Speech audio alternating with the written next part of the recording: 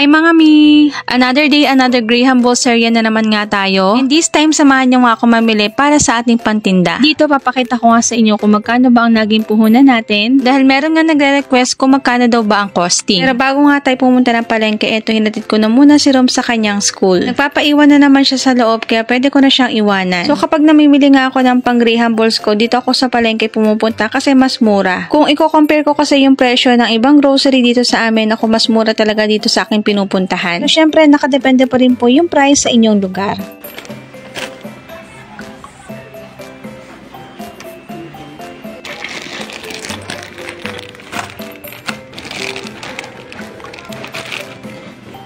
₱209.95 nga ang binayaran ko para sa mga kinuha ko. Pagkatapos ko nga mamili, diretso na rin agad ako sa school para antayin naman lumabas si Rome. Pagdating nga namin ay nakatulog agad si Rome, kaya naman nagkaroon ako ng time para gumawa ng ating Graham Balls. Alam niyo ba, ang marshmallow dito sa amin na OPUF, ₱23 lang per pack. Ito naman Crush Graham, 48.50. At itong condensed milk, ₱42. At sa mga nagtatanong nga pala kung saan ko ba nabili itong white container na nilalagyan ko ng Graham Balls, ay ilalagay ko na lang sa comment section at sa yellow basket. 2 kutsarang Crush Graham nga lang pala yung itinabi ko dito dahil susubukan kong gumamit itong ating powdered milk. Meron kasi akong chocolate na marshmallow, kaya ito naman yung kanyang magiging coating. At feeling ko mas marami nga akong magagawa kapag ito ang gagawin ko. Bibili nga rin sana ako ng ibang sprinkles, pero nalimutan ko naman papunta ko ng palengke, kaya ito na muna ang ating gagamitin. Syempre, hindi natin pwede kalimutan ang ating iva. Wala, ito yung tira nung nakaraan kong gawa at malapit na siyang masira, kaya kailangan ko na siyang gamitin. Sa paglagay naman itong condensed milk, hinahati ko siya sa 3 para madali ko siyang ma-mix at saka ko naman ilalagay yung ating iva. 3 kutsara at kalahati nga yung nilagay ko dyan kasi madami nga yung ating Crush Graham ngayon. Sa mga last video ko kasi, Crush Graham lang talaga yung ginagamit ko ng pang-coating at dito ko nga binabawas. And once na makombine nga natin yung ating mga ingredients, ganito dapat yung maging itsura niya. Malambot at hindi buhaghag ang ating Graham dough. Matigas at hindi pa nga ganyan yung consistency ng inyong Graham dough, kailangan nyo pa magdagdag ng konting iva. Ulitin ko lang mga mi, dito sa recipe na to, ₱209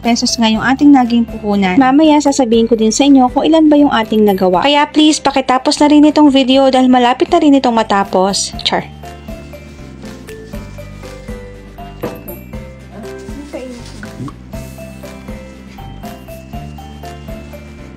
Grabe, 1 oras nga ako nagbilog dyan at sumakit din ang likod ko. At eto na nga mga mi, 65 pieces ang nagawa ko na Graham Balls sa ating recipe. At kung ibebenta ko siya ng ₱5, around 325 ang ating kikitain. Kung ilas natin yung 209 na puhunan, ay meron tayong ₱116 na kikitain. O diba, meron pa rin tinutubo sa paggawa ng Graham Balls.